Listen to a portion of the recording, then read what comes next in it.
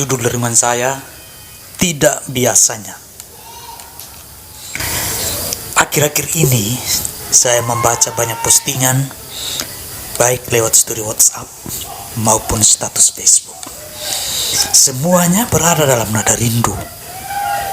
Rindu pada tatapan ilahi yang merebak dan menatap dalam kebisuan dan keabadian. Rindu para sapaan dan senyuman sahabat yang menebar penuh pesona, mengundang gelak tawa dan mengusir perih, duka dan nestapa. Rindu para sapaan pastor paroki yang menggelitik manis dari atas altar dan memunculkan gelak tawa saat memainkan kata-kata motivasi dari atas mimbar, ibarat mutiara yang kilau gemilau. Namun semuanya hampir sirna. Semuanya hanya rindu yang merobek dada dan membangkitkan api asmara dalam doa, ibadat, dan misa online. Ya, tidak biasanya. Virus corona telah merampas dan mengubah yang biasa menjadi tidak biasanya. Oh, virus corona, karenamu semua berubah. Harusnya mulai pagi ini kami sudah merias gereja kami dengan deretan bunga-bunga manis aneka warna. Harusnya mulai malam ini kami telah sibuk merias altar dan tempat teguran bagi Tuhan kami. Harusnya malam ini kami sudah sibuk mempersiapkan Paskah yang adalah pesta iman dan pesta kehidupan. Oh, Corona, karenamu Engkau telah menghapus adigium klasik kami. Bersatu kita teguh, bercerai kita runtuh. Dengan satu adigium baru, bersatu kita mati, bercerai kita hidup. Bangku gereja kami yang harusnya berisi umat Allah yang bersiara dalam iman dan harapan, kini ibarat kubur kosong yang dibiarkan ditemani oleh kebisuan malam. Suara-suara merdu umat kami yang bersatu dalam kor, kini hanyalah coretan manis atas pengalaman masa lalu yang terus dikenang sepanjang saat. Tidak biasanya. Ya, tidak biasanya. Biasanya malam ini adalah malamnya umat menaikkan doa mengetuk pintu langit. Malam ini adalah malam bagi umat beriman berkumandang dalam nada harap bahwa Tuhan adalah Bapa yang Maha Kasih, Bapa yang Maha Pengampun, Bapa yang Maha Rahim, Bapa yang penuh kasih. Malam ini adalah malam yang tidak seperti biasanya, bahwa umat harus merayakan Kamis Putih dan bahkan seluruh perayaan Paskah dari rumah-rumah melalui misa secara online.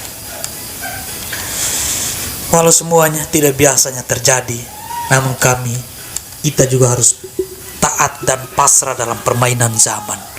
Ikut anjuran pemerintah untuk tetap tinggal di rumah, jaga jarak, selalu cuci tangan, dan menggunakan masker. Hanya dengan cara ini kita tetap berada dalam hidup yang sehat dan terhindar dari virus corona. Kita harus akui bahwa perayaan Paskah tahun ini memang tidak biasanya. Namun Yesus sudah terlebih dahulu melakukan hal yang tidak biasa di hadapan murid-muridnya. Yesus membasuh kaki para muridnya. Memang lazimnya membasuh kaki itu hanya dilakukan oleh seorang diri, yakni ketika seseorang belum masuk ke ruang perjamuan sebagai tanda datang dalam keadaan bersih.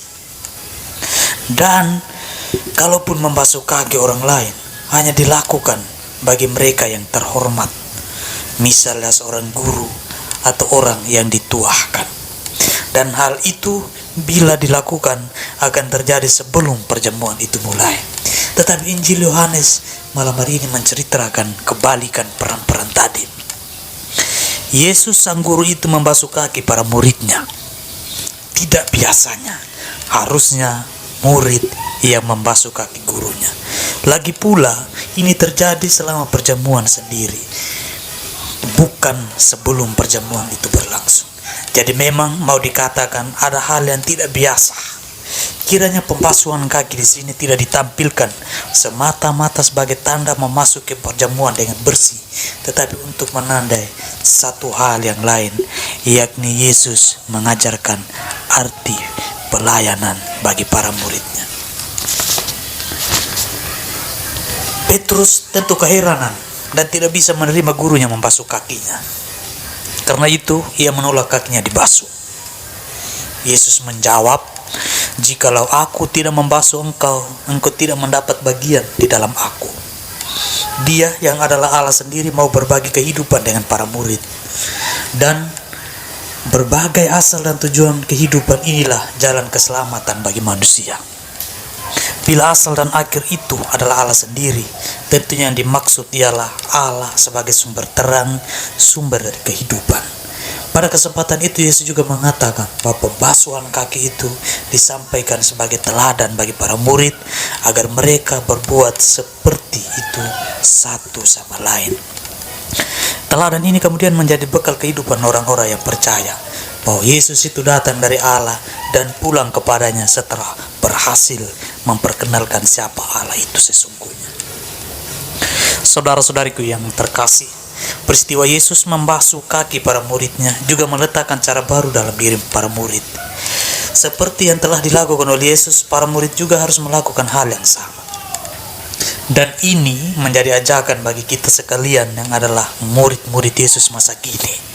Jika kita ingin melayani yang lain, layanilah dia karena kita adalah murid Kristus. Di sini kita dikoreksi oleh Yesus. Mungkin biasanya kita dalam keseharian selalu bermental bos dalam hidup. Tidak bisa meraba yang perlu diraba dengan tangan. Dan sulit sekali untuk menolong orang lain. Biasanya selama ini, kalaupun menolong orang lain, pertolongan kita karena ingin mendapatkan sesuatu, entah pujian ataupun minta perhatian orang. Kalau Romo ada misalnya di pastoran ini, kita cepat-cepat untuk sapu lantai, bel, dan lain sebagainya.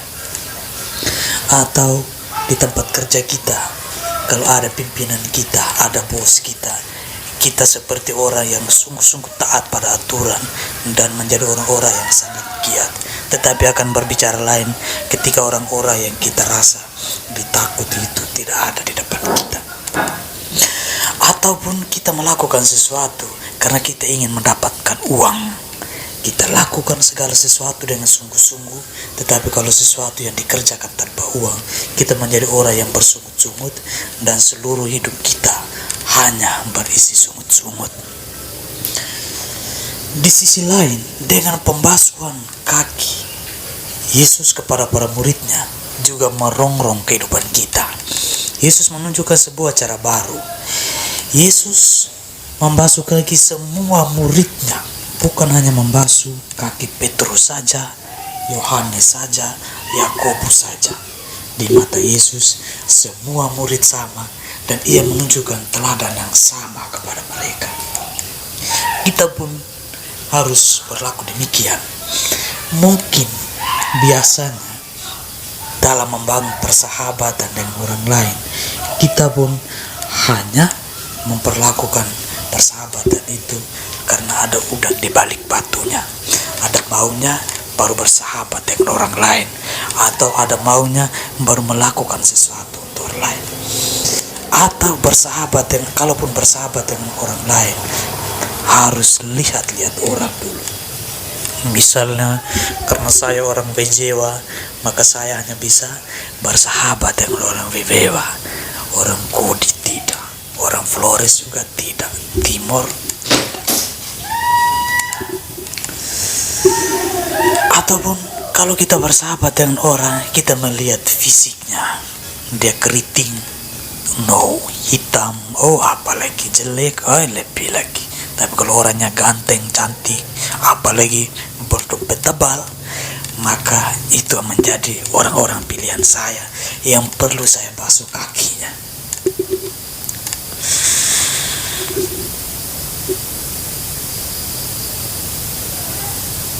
Jika kita berlaku demikian, kita tidak menunjukkan diri sebagai orang-orang yang menjadi murid-murid Kristus. Karena itu, melalui peristiwa malam ini, kita diundang untuk merubah cara berpikir kita, merubah cara memandang dan juga cara bekerja kita dari yang biasanya menjadi tidak biasanya. Amin.